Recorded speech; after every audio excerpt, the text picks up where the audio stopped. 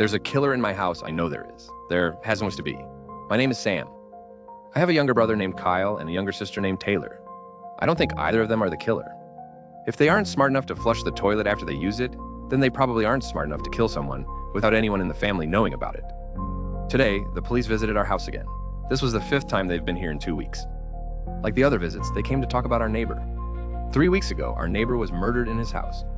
No one knew that he was dead until the smell of his corpse got so bad, the other neighbors began to smell it. When the police got to the house, they found the corpse in his bedroom. Strangely, they found no murder weapon and no signs of forced entry. My parents were questioned and were told that they were not suspects.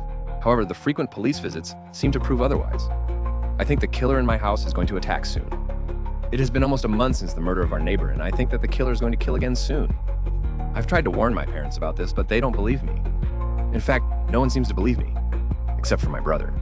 "Do you really think there's a killer in our house?" he asked. "Yes, I do. And I think he's going to kill very soon," I said. "What should we do?" "I think that if there's a killer, he will try to kill a month after our neighbor's murder. On this night, we will both hide. If he tries to kill that night, he won't be able to kill us." "But what about Mom and Dad? And Taylor? They don't believe me. Trust me, I've tried to convince them." "Okay, where are we going to hide? I'll show you. Follow me." Time went by very quickly, and tonight is exactly 1 month after our neighbor's murder. My brother and I already have our hiding spot in my bedroom, set up and ready. Once our parents tucked us into bed and left, we got out of bed and got into our hiding spot.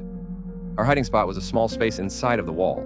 The previous owner used the space for storing small boxes that wouldn't fit in the attic. This space was covered up by a piece of wood, which was painted and looks just like the wall. This piece of wood can pop out and be popped back in very easily.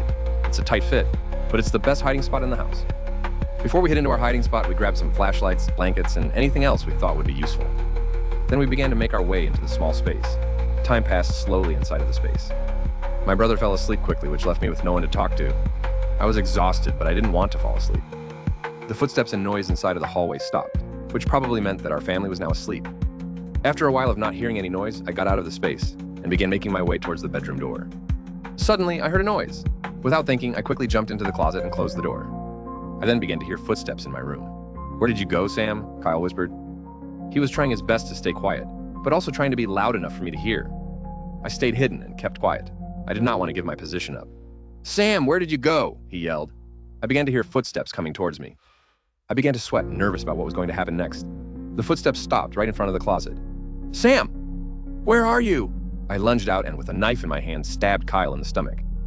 As he fell to the ground, I smiled. I forget how good it felt to kill. 1 down, 3 to go, I thought to myself.